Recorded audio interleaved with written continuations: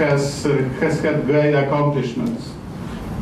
It is also important that private employment was increasing much faster than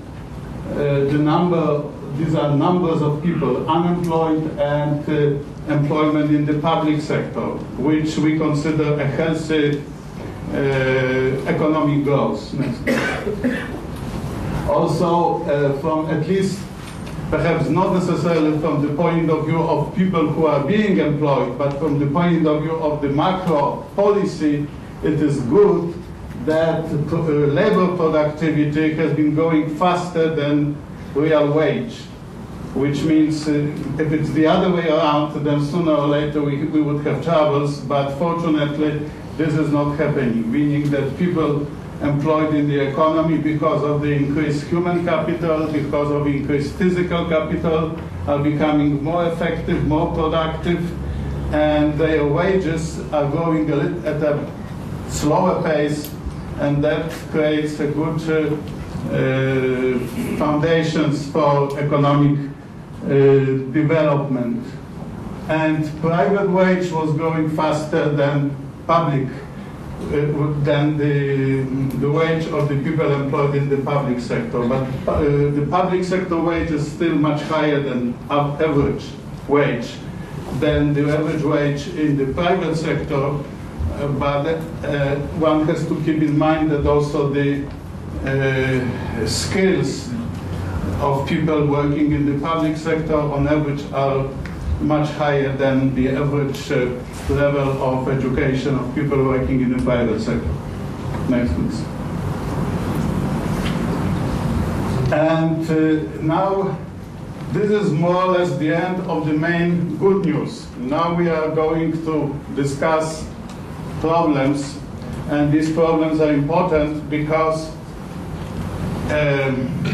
as I'm saying, the country has been doing very well, but we really have to look ahead, and we could see that there are a number of trends that require consideration of the policymakers and us who are assistants, who are to them, who are students of the economy.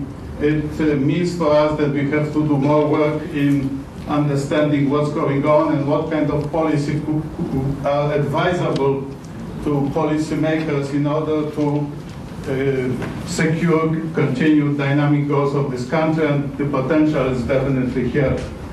So you could see these are the data on inflation, on price inflation.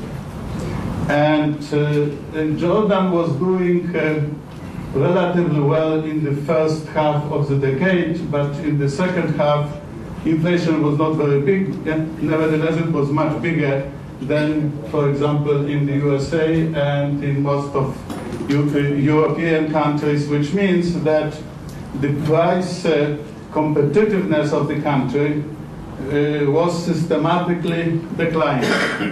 So for us who say, I'm coming from Europe, for me Jordan today is significantly more expensive than it used to be, say, 5 years ago.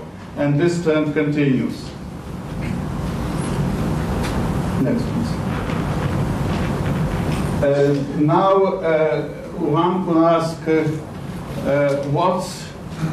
what are the sources of this inflation? Are they endogenous? Are they being stimulated by what is happening in the country, or they are coming from outside? And these are results of a very simple regression model which show that inflation is basically almost in 100%. For those of you who know statistics, R square is 99. 99% is almost 100% imported. Inflation, price inflation is not endogenous. It comes from outside. Nevertheless, the inflation is growing faster in Jordan than outside, and that affects its capacity to compete on the international on the international market. Next, please. And now we are arriving to an issue which is often in literature called the Dutch disease. I'm sure that most of you are familiar with the concept, but in simple words, the concept is such that when Holland discovered big gas and oil resources in the North Sea in the 1960s, they were very ecstatic, very optimistic that that would bring about fast development and growth to the economy, and in fact what happened, it was the opposite.